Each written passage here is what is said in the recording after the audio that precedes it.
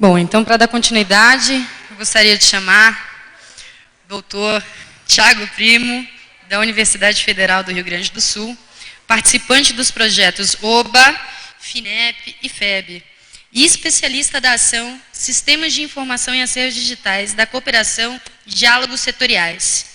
Então, seja bem-vindo, Thiago.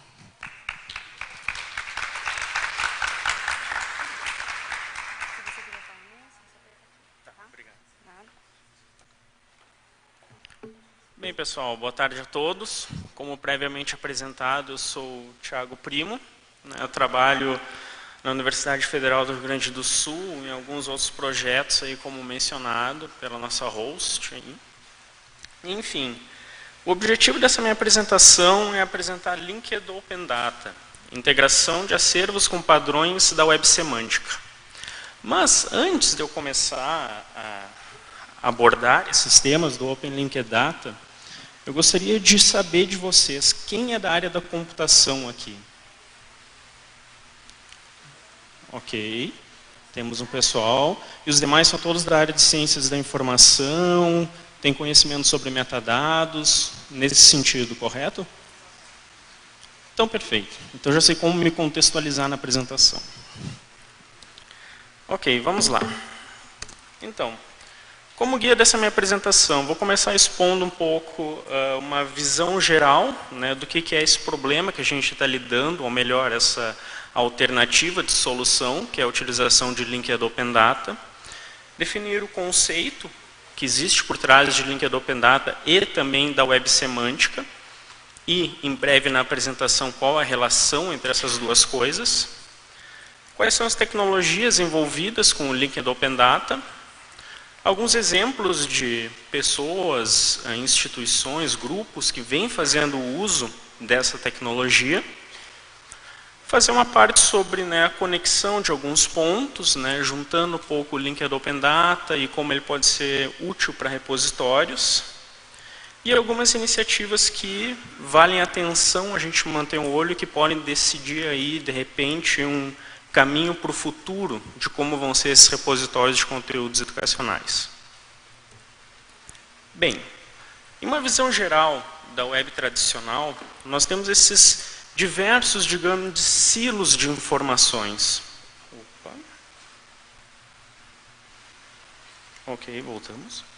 Esses silos de informações, eles podem ser, digamos, diversos repositórios. Esses repositórios, a tendência tradicional é que eles não se comuniquem. Então, a gente pode ter distribuídos aí os nossos repositórios que contêm informações de filmes, nós podemos ter repositórios que contêm informações de usuários a esses filmes, nós podemos ter repositórios com atores, nós podemos ter cinemas relacionados, gêneros relacionados a esses filmes, e mapas de localização. Com mapas de localização, me refiro realmente à posição geográfica mesmo, de onde pode estar esse cinema, por exemplo. Essas coisas todas da web, considerada, digamos, tradicional, elas são muito relacionadas, foram construídas em um momento que a web era totalmente voltada para os humanos. Onde a ideia era o quê? Tu apresentar a informação e os seres humanos consumirem essa informação através dos seus olhos e buscarem novas informações de outras maneiras, sejam motores de buscas ou, muito nos primórdios, alguns catálogos que vinham com vários links que tu acessava para a internet a partir desses catálogos. Mas isso é muito antigo. Enfim, trazendo mais para uma visão geral de como pensamos em uma web onde essas coisas estariam interligadas, essa tarefa de correr atrás de informações, ela passa a ser realizada pela máquina. Quando eu digo pela máquina, seria por um software presente em um computador ou em um servidor que se possa acessar pela internet, enfim, um algoritmo computacional. A partir daí, o computador, através desses links que são pré-definidos, ele pode vir a entregar aos usuários informações que podem ser de seu interesse. Então, imaginem, por exemplo, naquele mesmo exemplo dos nossos silos de informações. Tendo conectados entre eles os nossos repositórios de filmes, com repositórios de atores, com pessoas que avaliam os filmes, com os cinemas onde pode estar passando determinados filmes, a localização geográfica desses filmes e os gêneros, a riqueza dessa conexão entre essas informações pode nos levar a uma aplicação onde a gente entra lá. Eu gosto de cinema, e no eu gosto de cinema te diz, olha, o filme X, que é do teu interesse por uma possível análise de histórico, está passando no cinema tal, que fica a 200 metros da tua casa. Gostaria de ir? E isso economiza um grande tempo do usuário no momento dele buscar essa informação. E é nisso que se encontra o link do Open Data. Esse é o propósito, fazer com que as máquinas façam esse trabalho de busca e entrega de conteúdos de uma maneira mais facilitada aos seus usuários. Então, imagine, por exemplo, trazendo uma situação cotidiana, apenas para ilustrar isso que eu acabei de mencionar. Nós estamos assistindo a um filme. Esse nosso filme ele vai ser reproduzido numa sala de cinema. Essa sala de cinema ela tem associada a ela uma coordenada que pode determinar o endereço físico dela. Esse filme ele tem uma sinopse, pena que a gente não consegue enxergar a imagem, mas seria, digamos, uma sinopse de um filme que fala sobre a mula sem cabeça. Essa mula sem cabeça, ela teria um retrato falado, que seria uma imagem que estaria em qualquer outro servidor, onde a gente pode linkar. A mula sem cabeça, ela tem um livro. Nesse livro a gente tem diversas informações que podem ser extraídas, principalmente pelo pessoal da ciência de informação, que é extremamente bom em criar essas relações entre esses conhecimentos. A partir daí a gente pode descobrir lá que, olha, a mula sem cabeça ela emite um som. Esse som ele é parecido com um lobisomem ou com uma mulher estridente. A mulher estridente estava no livro, não tem nada a ver com isso. A partir disso, o que a gente pode ter? Um exemplo desse som. E esse exemplo desse som também pode estar linkado a esse outro lugar da mulher estridente e também do lobisomem. E permite, por exemplo, que o usuário possa saber como é que é esse som. Tá, mas o som de uma mulher estridente, um som de um lobisomem, como é que é isso? Pode estar linkado com esse arquivo e o usuário ter a capacidade de escutar isso e compreender isso.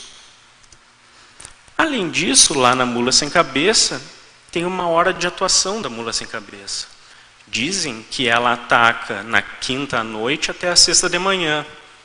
E aí tu pensa, bom, e se tem uma pessoa que tem medo da mula sem cabeça?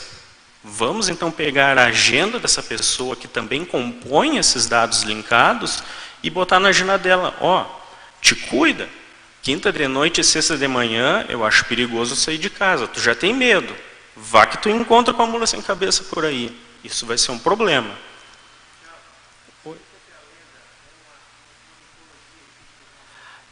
Ah, sim. A lenda ela é uma mitologia clássica brasileira que fala sobre a mula sem cabeça, do folclore brasileiro, onde a gente tem toda essa questão de, enfim, explorar a história e por aí. A partir daí, a gente ainda pode descobrir que existe uma pessoa que ela é um exterminador de mulas. Ela sabe qual o segredo de matar ou derrotar, transmutar essa mula sem cabeça de novo para uma mulher. E, por consequência, ele é amigo do pobre coitado lá que tem problemas com a mula sem cabeça. Então, esses links todos, eles podem ser realizados com o benefício de um usuário final. Ele simplesmente estava assistindo o filme, ele conseguiu descobrir tudo isso e ainda por cima tem um amigo que pode ajudar ele. Esses são um dos benefícios que a gente pode conseguir extrair através dessa ligação entre os conteúdos utilizando o link do Open Data. Mas ok. Isso tudo seria muito interessante, mas o que é esse link do Open Data que eu tanto menciono? Qual é a definição dele? O que tem por trás dos seus conceitos? Bom, em suma, o link do Open Data ele se refere à utilização da web de uma maneira a definir links entre diferentes fontes. Podem ser entre bases de dados de organizações, distribuídas ou não, geograficamente. Podem ser sistemas heterogêneos. pode ser entre pessoas, pode ser entre qualquer coisa que esteja na internet e que siga um conjunto de padrões, ou melhor, de práticas que mencionaria no decorrer da apresentação. Tecnicamente, a Linked Data ela é utilizada por máquinas, como havia mencionado, para que ela possa interpretar a web e então extrair esses benefícios para os usuários. Bom, e a Semantic Web? Qual é o papel dela? O que tem ela a ver com a Linked Open Data? Bem, a web semântica, na verdade, pegando lá no princípio da internet, quando a gente teve lá o Tim Berners-Lee, que foi o cara que deu essa vida nova para a gente, popularizando a internet, a ideia dele era que todos os dados pudessem ser interligados. Só que, naquela época, lá, anos 80, acredito, se não me engano, a tecnologia para isso não era das melhores computacionalmente para realizar essa tarefa, como é hoje. Então, voltando. Definição da web semântica. Ela é uma web de dados, de datas e títulos, relacionamentos, propriedades químicas e qualquer outro tipo de dado que possa ser imaginado. A coleção de tecnologias da web semântica, RDF, OWL, SparkL, entre várias outras, provém um ambiente onde as aplicações podem pesquisar por qualquer dado, realizar inferências, utilizar vocabulários, etc. Enfim, um ambiente livre onde se possa ter a utilização de agentes inteligentes, ou seja, tu pensar que o computador ele possa ter autonomia para saber o que ele tem que fazer, compreender o que ele tem que fazer e compreender como mostrar para o usuário. Mas isso é um futuro que ainda está sendo alcançado. Apenas estou contextualizando para vocês o propósito final da web semântica.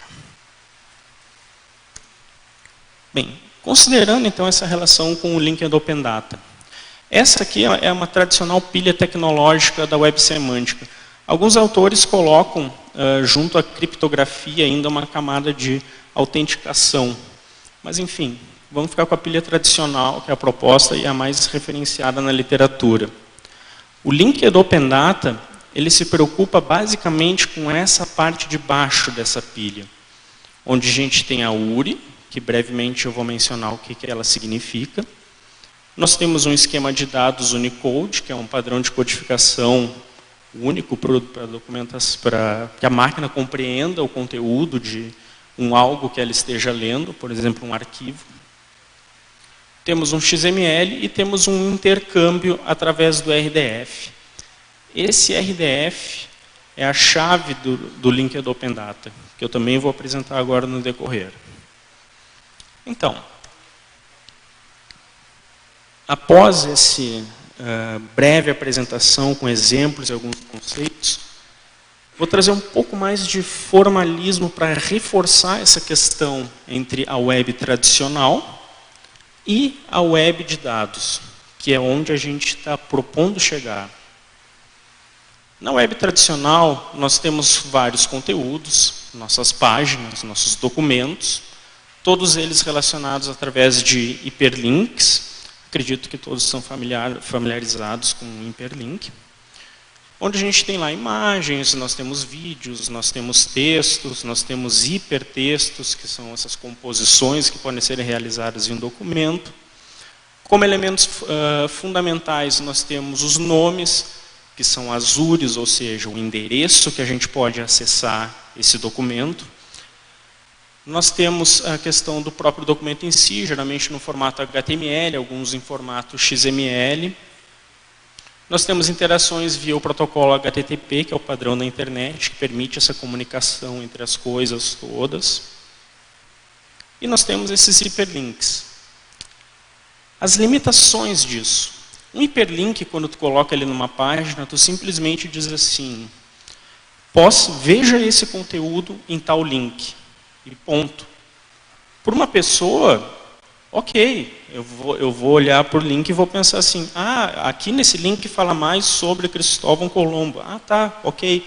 Mas imagine um algoritmo, quando ele se deparar com esse link, que ele vai fazer? Ele vai acessar esse link, vai ter que processar toda a página, usar um artifício imenso de algoritmos para entender o que tem nessa página, para saber, com um certo grau ainda de certeza, que é sobre Cristóvão Colombo, porque ainda tem tudo isso.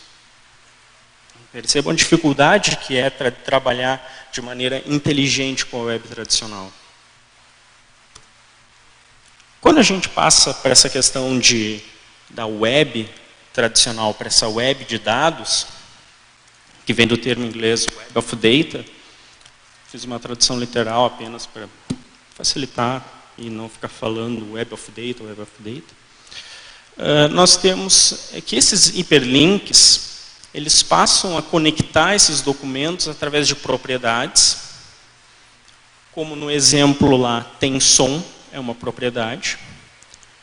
Vocabulários, esses vocabulários estariam nos níveis mais superiores daquela pilha, na web semântica mesmo, onde ele pode dizer que tem som, é uma descrição de emitir um som para que a máquina possa compreender que emitir um som vai ter que ter, por exemplo, um player específico, uma requisição específica. Os links, conforme essas relações todas, eles passam a ser tipados, porque eles estão associados a propriedades. E aqui embaixo, que eu não vou entrar nessa apresentação, porque acredito que a gente poderia passar mais de 3 horas falando disso, entrariam as ontologias que dariam esse sentido, essa representação de conhecimento que auxilia as máquinas a compreenderem esses conteúdos.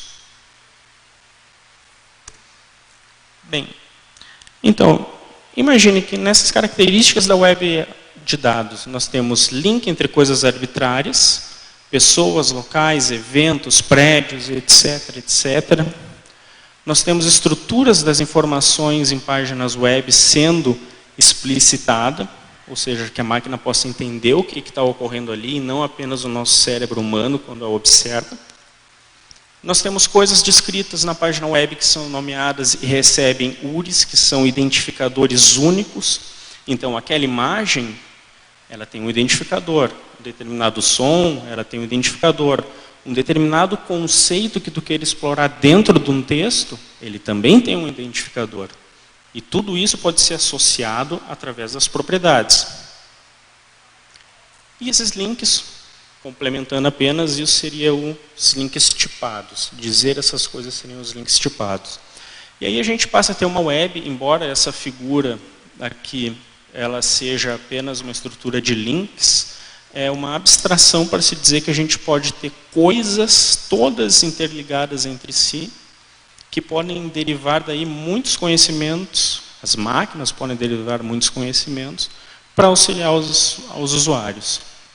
A internet, ela fica como uma enorme fonte de conteúdos que podem ser utilizados de maneira inteligente. Bem, mas claro, existem regras para que isso tudo aconteça. Senão fica um carnaval a coisa. Cada um vai escrever de uma maneira, tu vai criar vocabulários de qualquer forma, vai criar URIs da maneira que bem entender, ou não vai criar URIs.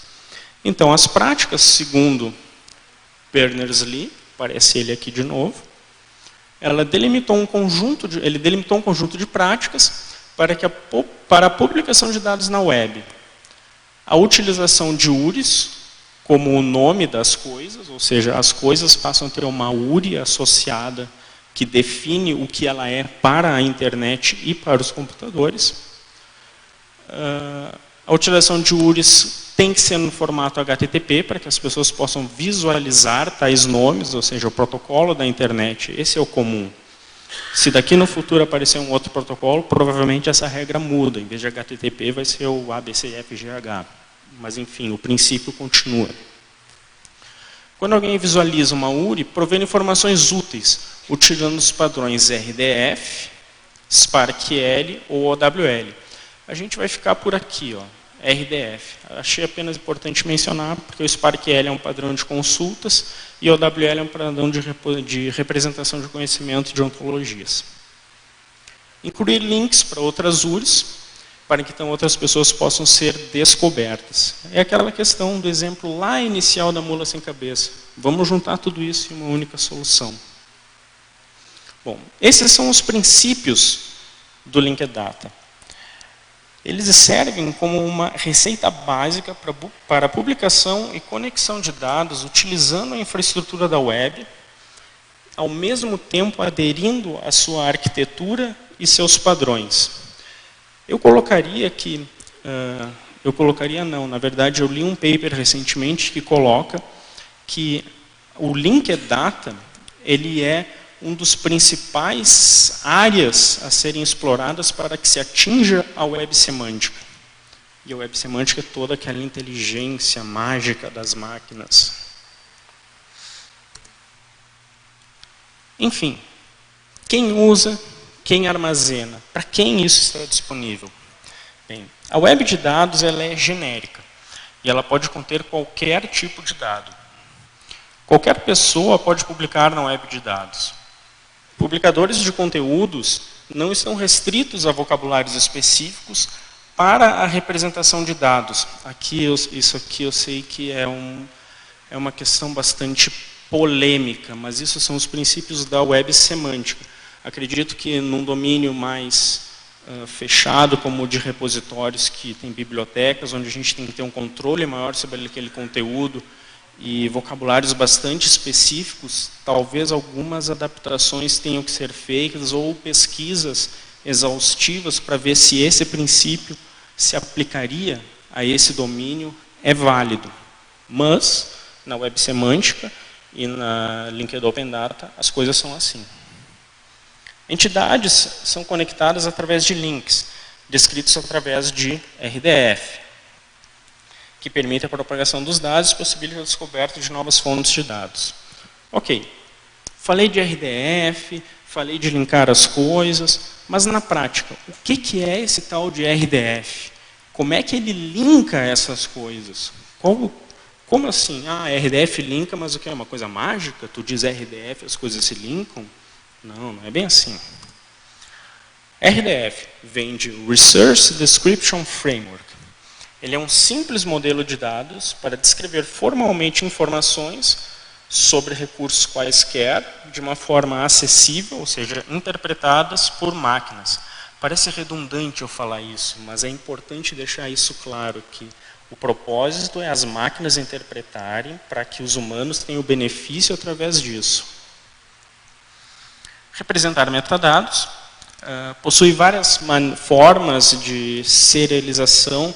Acredito que esse termo aqui não é familiarizado com todos, é apenas uma maneira que tu possa pegar um conteúdo, converter para um formato, armazenar, trazer de volta desse formato e expor ele, seja em XML, em RDF, em qualquer outro formato. É um termo computacional, então quem for trabalhar com isso e que não é da ciência da computação, esquece.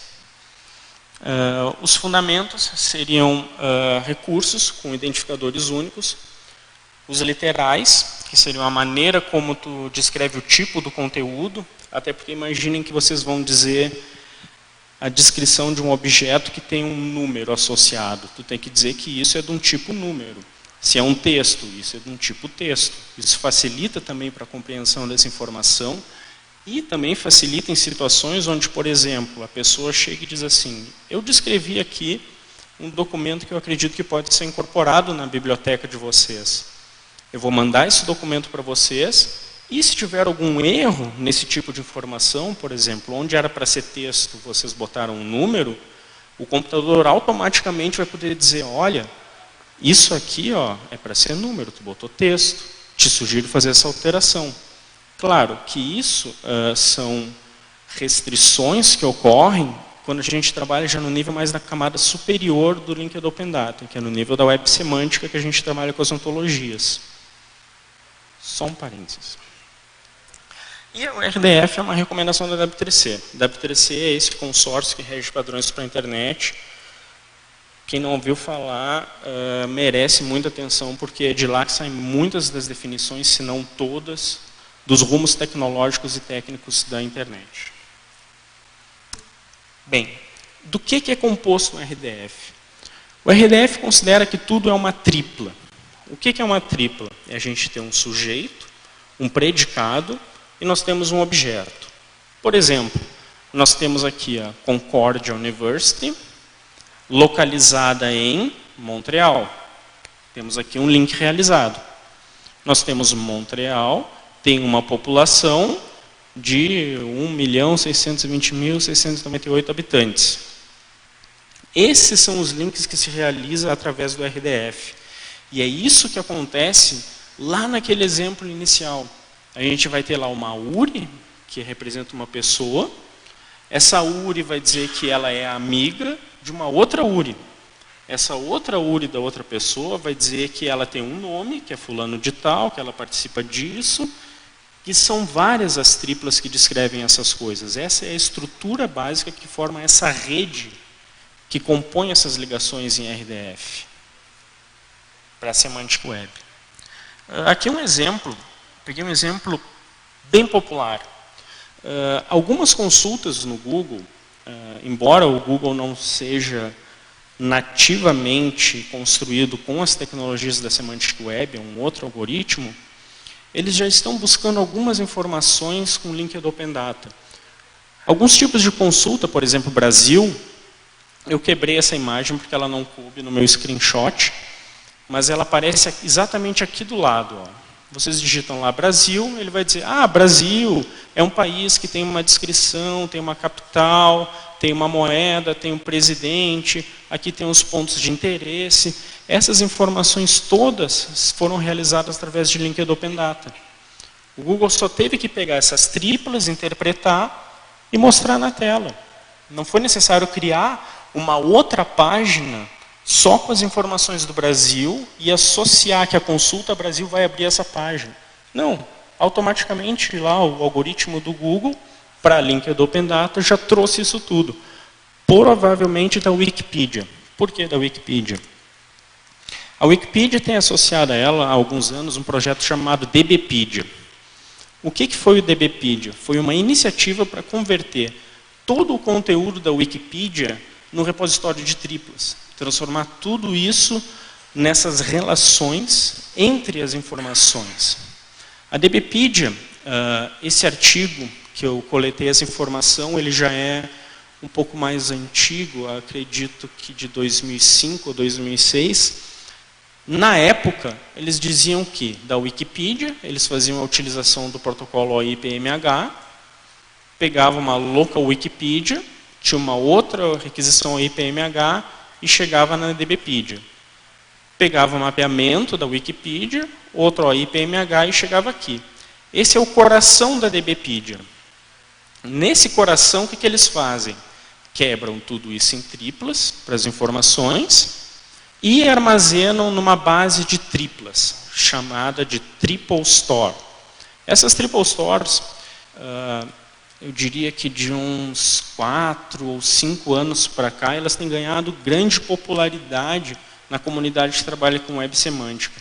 Claro, ainda tem muito a evoluir, mas alguns exemplos que se existem de aplicações, principalmente as grandes Triple Stores, elas já podem trabalhar com até 17 milhões de triplas, fazendo com que o processamento seja razoavelmente rápido, inclusive. Bem, então, fazendo algumas conexões entre os pontos. Né? Imagine que nós temos aqui no topo aquele mundo ideal da nossa web semântica. E que aqui embaixo nós temos o nosso mundo tradicional, onde a gente tem nossos vários silos de informações. Como fazer o mapeamento? Claro, essa figura parece que tudo é muito trivial. Não, não é. Ela é apenas uma abstração de como seriam as etapas para que se chegue a esse momento que se possa armazenar essas triplas. Então, nós teríamos, por exemplo, um arquivo de dados, que através de um script a gente transforma ele num RDF. Mesma coisa para arquivos de configuração, arquivos CSV, outros arquivos de dado. Uma vez isso convertido para RDF, a gente joga isso numa base de triplas, onde a gente pode ter ontologias para descrever o conteúdo que foi criado a partir dessas relações dá um sentido do que está escrito ali, o que está armazenado ali. E então a gente tem serviços SparkL. Alguém já ouviu falar de SQL? Perfeito. O SQL ele funciona para bases relacionais. O que vocês fazem? Vocês podem lá select, asterisco, from tal database, onde a informação que eu quero é tal. E ele te dá uma série de tuplas, que são as informações que tu precisa. O SparkL, ele é o quê? Ele é uma abstração do SQL, usado para web semântica. Ele navega sobre as triplas que existem nas relações de RDF. Esse é o propósito dele. Então, existe uma abstração específica para tu trabalhar com essas bases de dados de triplas. E aí, a partir daí, claro, a gente começa a utilizar serviços mais inteligentes aqui, com as ontologias, chamadas de APIs, própria consultas vindo de outras aplicações. E aqui, ó, essa figura um pouco antiga, eles mencionam aqui o SOAP. Hoje o que está mais na moda é utilizar o REST, que é um protocolo de comunicação mais simples, baseado em cima do HTTP. Apenas um parênteses extra. Bem, isso aqui era no ano de 2009, algumas estatísticas sobre quem é que estava usando essa questão de triple stores, armazenamentos de triplas. Apenas contextualizando, em azul a gente tem dados de mídia, em amarelo a gente tem dados de geográficos, localizações geográficas, em verde nós temos as publicações científicas, em laranja nós temos os conteúdos gerados pelos usuários, azul claro ou anis, eu não sei exatamente que cor é essa, seriam as iniciativas governamentais. E cinza nós temos esses domínios cruzados, que unem diversas informações. Esse é um outro snapshot de 2011. Setembro de 2011. Então, em 2012 ainda não mostraram, ainda não vi um snapshot de como é que está a situação, mas provavelmente isso aqui explodiu muito mais. Tem muito mais gente utilizando isso. Bem, as iniciativas que valem menção. Previamente a gente teve uma apresentação com o pessoal da Europeana, na minha opinião genial aquela apresentação. Toda essa questão de linked data estava envolvida naquela apresentação, quando eles mencionavam lá conectar documentos entre si, aquilo são tudo triplas, aquilo é tudo informação em RDF, ligando as coisas para se dar uma semântica, para que os computadores consigam navegar melhor sobre essas informações, linkar documentos entre si, enfim, genial. Antes de ter visto aquela apresentação, eu li esses dois papers, que eram sobre a Europeana. Esse aqui, ó, bem no começo, eles estavam começando a dizer assim, será que é bom utilizar Linked Open Data e publicar um paper? Chegaram à conclusão que sim, é uma coisa boa. No outro paper aqui, eles pensaram assim, ok, agora vamos armazenar isso em triple store, será que é uma coisa boa? Sim, também é uma coisa boa. E aí, claro, hoje a gente viu a apresentação deles e viu que realmente eles seguiram esse caminho e que é uma coisa boa, pelo menos aos olhos de hoje. Bem, outras iniciativas que vale a pena dar uma olhada, LODLAN, que é para bibliotecas, Linked Open Data para acervos e museus. LodCloud, esse LodCloud foi de onde eu tirei aquelas imagenzinhas todas ali, dos links se ligando através das triplas. E também tem uma documentação bem interessante que pode, para o pessoal interessado em entrar nessa área, pegar como uma introdução para ali achar documentos base bem interessantes. O MIMAS, Linked Data, também vale a pena dar uma olhada. Repositórios estão trabalhando com Linked Data, também algumas pesquisas. Mesma coisa, o GISC também está trabalhando com Linked Data. São iniciativas europeias que, se lá onde eles estão trabalhando massivamente com repositórios, eles estão olhando para isso, acredito que vale a pena a gente também olhar com muito carinho essas coisas e ver se a gente consegue um link de alguma maneira com essas tecnologias. Bem, recapitulando, o que é importante para o Linked Open Data? As coisas são conectadas através de propriedades. Isso é um fato. Hoje não se pode afirmar que seja uma solução definitiva, mas sim que ela é, no contexto de acervos digitais, um complemento bem interessante. Esse link da gente pensar, bom, agora vamos acabar com todos esses repositórios que já existem, vamos transformar tudo em Linked Open Data. Não, a coisa não é por aí. As coisas podem agir de maneira complementar, podem existir aí, digamos, middlewares, ou seja, meios de campo, que podem trabalhar com essas duas coisas em paralelo. Visam a compreensão de máquina, a construção de aplicações inteligentes sobre essas informações, com o suporte da web semântica, utilização de ontologias e mecanismos de inferência, elas ampliam essas possibilidades de pesquisa. Um exemplo é, bom, lá no Google vocês têm um exemplo que é com correção ortográfica. Vocês digitam lá uma palavra errada e o Google diz, vocês não quiserem, não era essa palavra que vocês queriam dizer, corrigindo o português de vocês e fazendo vocês se sentirem umas drogas porque não sabem escrever. Com o Linked Open Data, o que vocês podem fazer? Botar um conceito, deixa eu pensar no conceito, futebol. E aí com o Linked Open Data, o que vocês vão ter lá? É futebol americano, que você quis dizer? É futebol brasileiro? Ele ainda pode ir mais além. Pode pensar assim, bom, eu sei que tu está no Rio Grande do Sul, ou sei que tu está em São Paulo.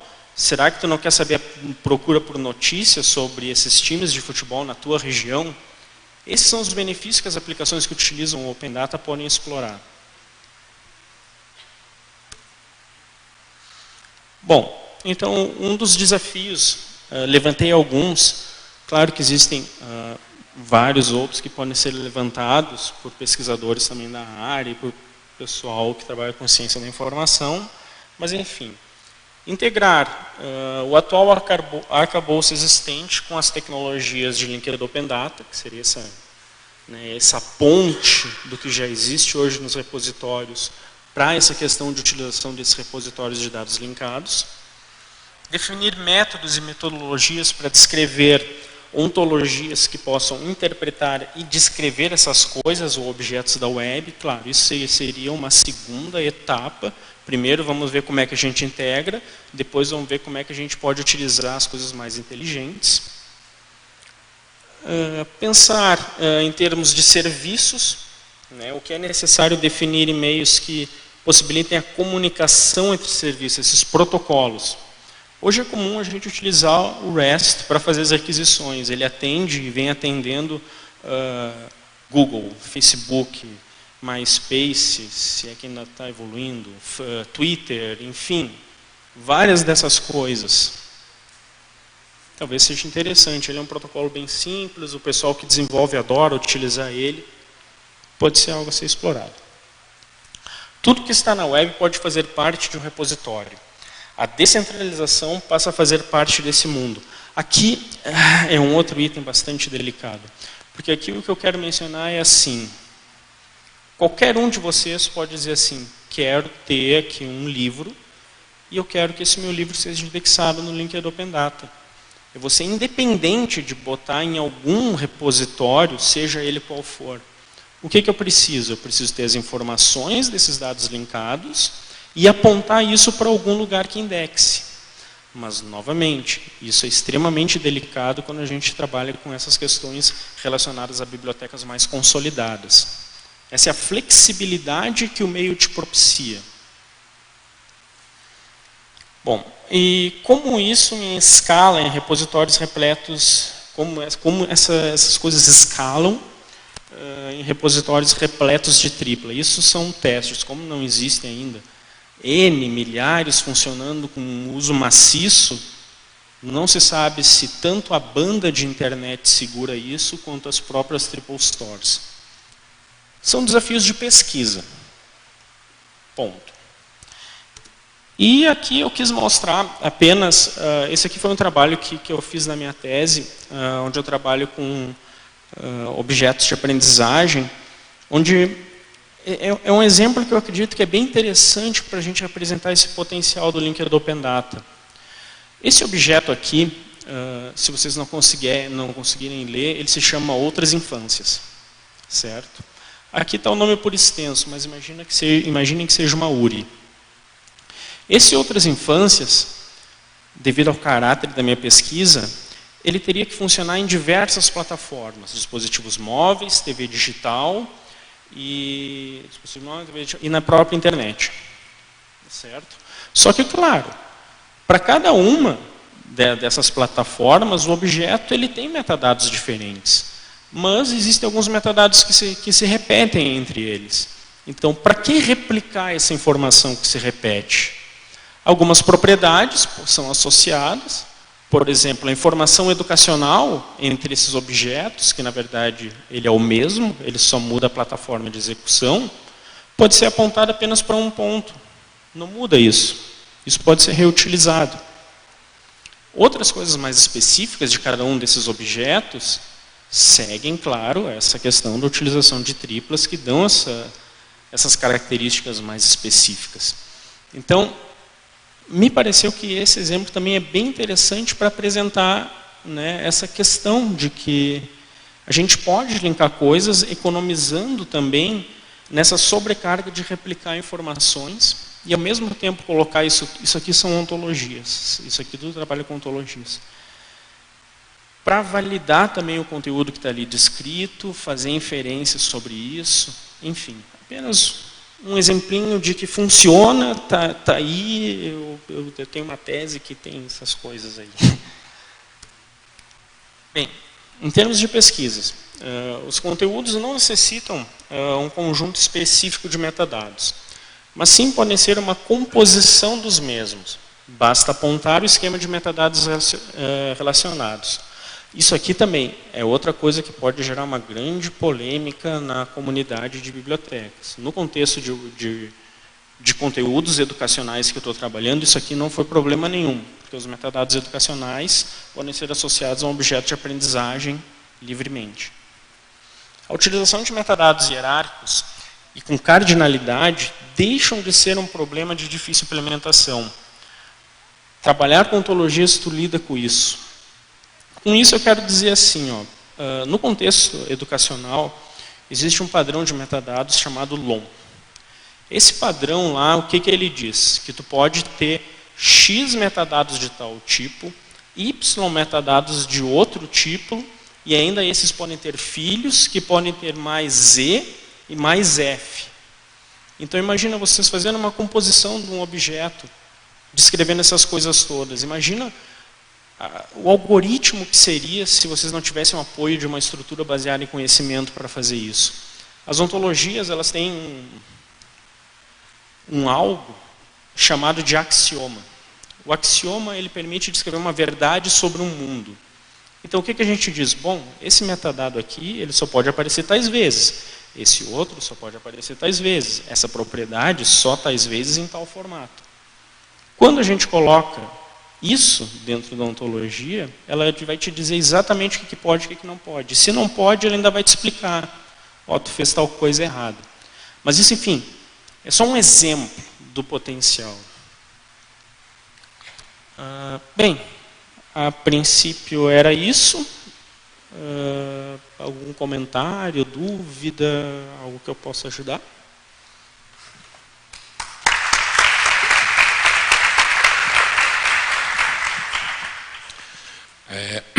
Quando eu convidei o Thiago para fazer essa apresentação, eu disse que você tem um grande desafio, que é apresentar esse novo elemento, digamos assim, na questão dessa interoperabilidade dos acervos, que eu posso testemunhar, assim, a gente teve recentemente no evento do Discovery, do GISC, em Londres, há 3 semanas atrás, onde a discussão toda, ela migrava para isso aqui.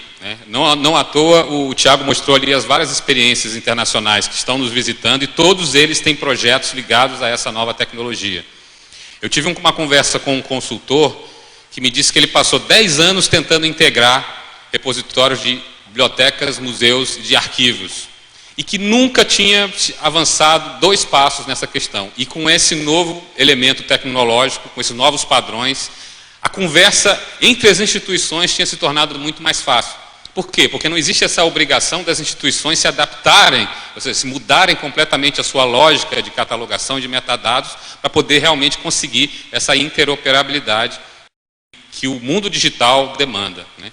Então, assim, eu falei para o Thiago que nesse nosso evento era muito importante que houvesse uma apresentação clara, né, para público leigo, demonstrando esse potencial. E eu sabia que isso era um desafio enorme, né, porque, como vocês puderam ver, realmente não é fácil falar sobre esse assunto. Mas eu acho que você realmente, pelo menos na minha perspectiva, você alcançou esse objetivo. E, gente, bom, nós estamos abrindo aqui para perguntas, comentários. Acho que quem gostaria de se aventurar, porque até para fazer pergunta nesse tema a gente fica um pouco, né? Eu sou leigo, total. Mas eu fiquei pensando na questão do controle. Porque o que você está propondo aí, eu creio que nos Estados Unidos da América você estava na cadeia uma hora dessas. Sim. Pelo que eu estou entendendo. Porque um menino lá que revelou lá o conteúdo da biblioteca do MIT ia ser condenado a 100 anos de prisão e se suicidou. E eu que entendo porcamente dessa questão do controle da informação, porque você está falando de programação de fluxo, pelo que eu entendi. Quer dizer, se você reprograma o fluxo e faz uma coisa semelhante à sinapse, que é um pouco diferente do que eles fazem lá, né? Você está possibilitando de alcançar informações em micronésios, né, em menos de uns milissegundos, de ter acesso a algo que me é interessante sobre um tema, sem aparecer 135 bilhões de referências. Perfeito. Né, como uma palavra coisa que tem 400 sinônimos, mas eu quero só aquele sinônimo em específico, e se eu colocar alguns parâmetros, essa ferramenta que você falou. Então, o que me interessa é isso, como historiador, né? Encontrar o que eu estou querendo achar. Né? É meio isso. E se a questão do controle, por exemplo, do governo dos Estados Unidos vai impedir que algo como essa ferramenta possa ser utilizada por mim, cidadão comum. Tá, assim, eu vou começar respondendo por etapas. Tá. Se tu pensar na pilha da web semântica, a gente tem uma camada, deixa eu ver se ele vai navegar agora aqui, uma camada de criptografia. Essa camada de criptografia, ela possibilita que tu possa criptografar essas informações e que tu possa definir quem é que vai poder abrir ou não esse tipo de informação. Aí tu vai me responder, ok, mas existem vários hackers que podem simplesmente descobrir um algoritmo que quebra essa criptografia e eu posso simplesmente saber essas informações. Aí eu te dou uma outra resposta, que é de acordo com uma experiência que a gente está tendo agora, que é com a medicina. O que a gente tem lá? Os dados da medicina eles são extremamente confidenciais, certo? Existem repositórios médicos que eles são ligados apenas entre si e através de um protocolo que não é nem um protocolo web, é outro protocolo específico que as informações transitam apenas entre eles. O nosso desafio atual é o quê? Ok, eles querem utilizar esses conteúdos médicos para a educação, certo? Eles querem pegar lá o raio-x que o cara tirou na máquina ali no momento, querem pegar aquilo, botar num lugar e gerar um objeto de aprendizagem que possa dar para o aluno dele na sala de aula. Porque a crítica deles é essa, eles não conseguem pegar material atualizado para ensinar os seus alunos que estão ali, precisando daquele material. Então, o que a gente está explorando? Essa camada, esse middleware, digamos assim, que vai separar esse mundo fechado desse mundo que é aberto e ligado através de um grafo de informações. Exatamente. E aí, através dessas informações de interesse público, aí sim a gente pode entrar com essas coisas todas, porque aquilo que cruzar essa borda do middleware já vai ser tratado, a informação do paciente vai ter sido saída e só vai ficar o que realmente é interessante, que nesse caso é o caso clínico. Eu respondi a tua pergunta? Bom, Américo, bom, primeiro parabéns, acho que foi excelente e esclarecedor para a gente, de uma forma acessível para quem é for dummies. Gostei muito. Eu acho que a gente caminha para o fim dos tempos mesmo, não tem jeito. E, quer dizer, agora a gente vem com essa questão. Isso é a base da internet das coisas, né? Esse conceito de URIs, para nós vai ser muito importante para o sistema de informações culturais que a gente pretende fazer, porque a gente, como na palestra anterior, que já foi colocado, né, pela Maria Clara, os objetos culturais vão fazer parte desse contexto. A minha pergunta é a seguinte: isso tudo que você está falando já está sendo apropriado por grandes corporações. Quer dizer, isso já está acontecendo com os motores de pesquisa. O que você acha dessa apropriação desses conceitos, não é? Por essas grandes empresas, não é? E eu queria que você fizesse uma reflexão sobre isso e os impactos, né, que a gente pode ter no futuro. Ontem, no jornal aqui de São Paulo, se comemorou os 30 anos da internet, e eles fizeram uma brincadeira, uma previsão do que vai acontecer daqui a 30 anos, em 2043. Foi bem interessante, mas passou muito longe desses conceitos, mas talvez muito do que foi projetado já tenha a questão do Looking Open Data prevista. Eu sei que é mais uma palestra, mas se você puder fazer alguma reflexão sobre isso, acho que seria importante para a gente. Sim, eu começo assim a tua questão com as grandes corporações. Assim, o que é fato? Há um tempo atrás eu li um artigo sobre o Facebook, onde, né, tinha um autor, infelizmente eu não me lembro o nome dele, onde ele criticava que o Facebook ele era considerado um closed garden, ou seja, um jardim fechado. Que eles têm ali informações específicas e tão poderosas ao ponto que eles conseguem, por exemplo, saber daqui a 3 anos se tu vai te separar ou não do teu cônjuge. Essa é uma possibilidade que eles conseguem através dos algoritmos deles. Isso não é divulgado, obviamente. Eles têm uma certa rixa, pelo menos na mídia, se vê com o Google. O Google é outra coisa que, se vocês derem uma olhada na página pessoal de vocês podem ver que tem um histórico de busca de vocês desde a origem que vocês entraram no Google. Ou seja, eu diria que privacidade não existe. Entende? Se vocês entrarem no Google Maps, por exemplo, talvez alguém já tenha se dado por conta, ou todos, ali naquela barra de zoom, vocês têm um botãozinho em cima. Se vocês clicarem naquele botãozinho, ele vai marcar no mapa onde tu está. Certo? Ele até te diz assim: você autoriza que eu mapeie a tua colocação? Sabe? Na minha opinião, eles sabem onde tu está, eles sabem o que tu faz, eles sabem exatamente tudo sobre ti. Sabe? Então, ao meu ver, para tu proteger essas informações, não é mais tempo disso. O que se pode ter é, por exemplo, uma estrutura como o SNIC, onde a gente tem um órgão responsável, gerido pelo governo, onde a gente pode ter a nossa preservação de identidade dentro disso. Que a gente possa, em algum momento, de repente, integrar isso lá com o nosso CPF, com o nosso RG, enfim. Fazer um grande sistema em que o governo seja o detentor das nossas informações. E só ele, e que isso não possa vazar. E claro, entrando naquela questão que é a camada do SNIC gerencia aquilo que pode passar de informações tuas ou não. Eu não sei se eu completei toda a tua... É só lembrar que não é o governo, é o Estado, né? São políticas públicas de cultura digital no seu estrito senso da palavra. Perdão.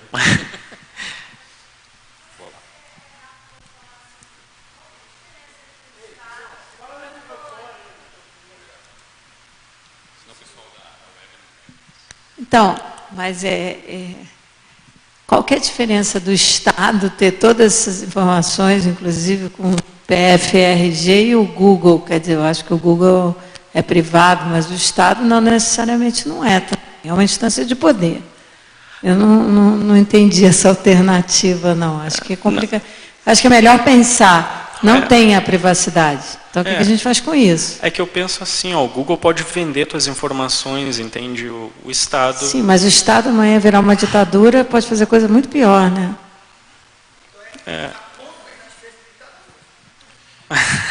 Eu vou fazer um comentário sobre o que você colocou. Tudo bem, a gente vem refletindo sobre isso, né? Ou seja, o que é pior? Está na mão do Google ou está na mão de um Estado que a gente não tem as garantias de que ele vai ser um Estado, né, consequente, digamos, no tempo.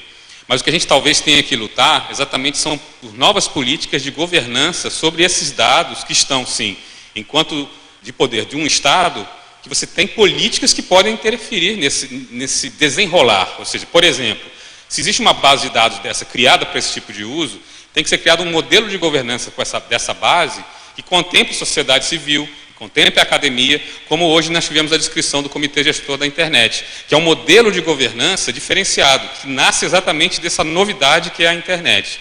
Então, realmente, você está certa. Pensar o Estado do jeito que ele é hoje, com os modelos de governança que existem, e ter todos os nossos dados lá dentro, armazenados, dá para dar um calafrio.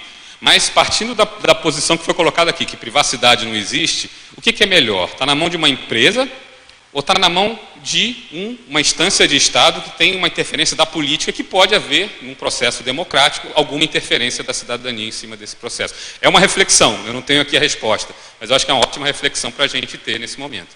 Alguém? Oi, boa tarde. Olá. Eu queria uma pergunta assim, muito anterior a todo esse cenário de Exterminador do Futuro que você contou aí hoje. Fiquei muito assustada.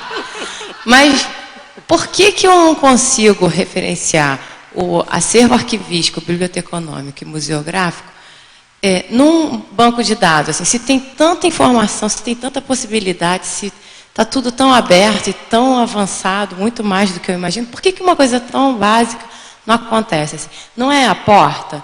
O que falta? Assim? Olha, eu acho que para mim te responder isso, eu teria que saber questões internas que regem esses órgãos que armazenam esses repositórios, né? Na minha opinião, o desafio tecnológico não existe. O que existe é o desafio da articulação política para que isso aconteça. Por aí, certo, Murilo? Essa é a minha opinião.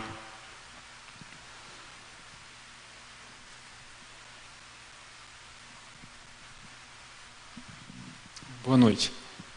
Maxwell Debran. A minha pergunta é, quando a gente vai navegando nessas possibilidades da web semântica, né, a gente vai, quem é da área de computação fica, né, bem impressionado, as possibilidades são muito bacanas, incríveis mesmo. E aí a gente passa para a realidade nossa aqui, né, de instituições que estão tentando implementar sistemas básicos, né, de consulta o mais simples possíveis, né?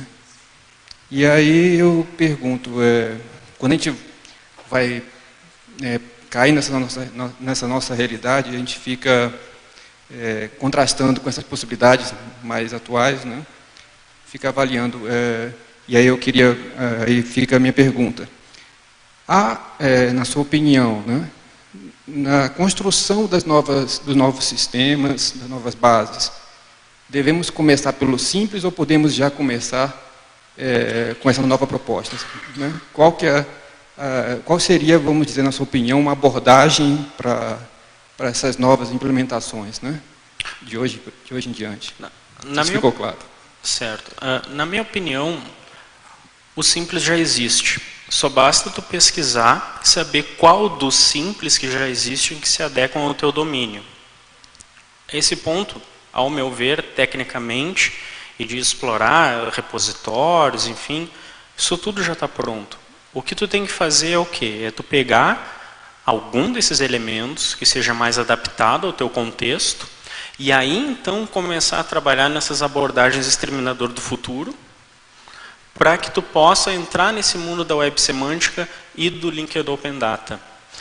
E, na minha opinião, sem puxar sardinha, apenas fazendo um comentário crítico mesmo de quem avaliou a proposta, o SNCC é uma abordagem bem interessante para isso.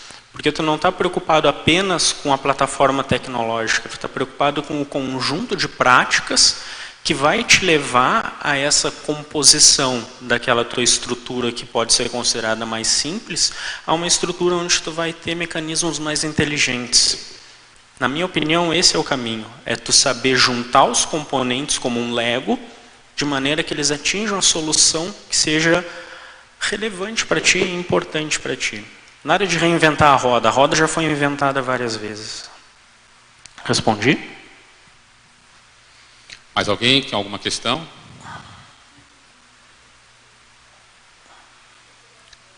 Podemos encerrar então? Bom, então, muito grato, Thiago. Eu acho que você cumpriu o seu papel. Muito obrigado.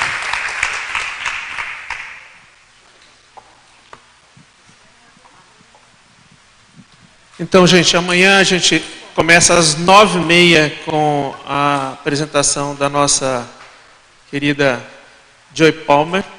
Então, vamos tentar ser pontuais e também teremos uma videoconferência à tarde.